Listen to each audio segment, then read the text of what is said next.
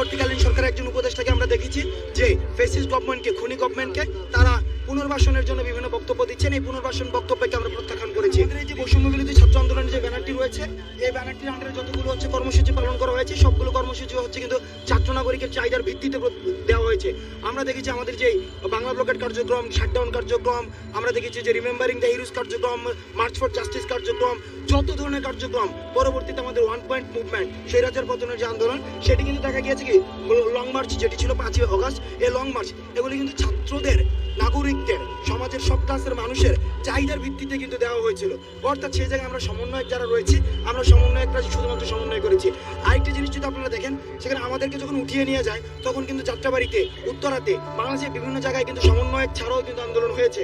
অর্থাৎ এই আন্দোলনের একটি গুরুত্বপূর্ণ বিষয় হচ্ছে সমন্বয়ক থাকছে কি থাকছে না সেটা মুখ্য না, মুখ্য হচ্ছে যদি নির্যাতন হয় সেখানে নির্যাতনের বিরুদ্ধে ছাত্র নাগরিক দাঁড়িয়ে যাবে। এই ছাত্র নাগরিক যদি চায় যে আমাদের মধ্য থেকে রাজনৈতিক পলিটিক্যাল অ্যাপ্রোচের মধ্য দিয়ে রাষ্ট্র পুনর্গঠন সম্ভব, পলিটিক্যাল অ্যাপ্রোচের মধ্য দিয়ে রাষ্ট্র সংস্কার করতে হবে, তাদের যদি দাবি থাকে, সেক্ষেত্রে সেটি নিয়ে আমরা পরবর্তীতে ছাত্র নাগরিকের মতামতের ভিত্তিতে আমরা ইতিবাচক সিদ্ধান্ত নেব।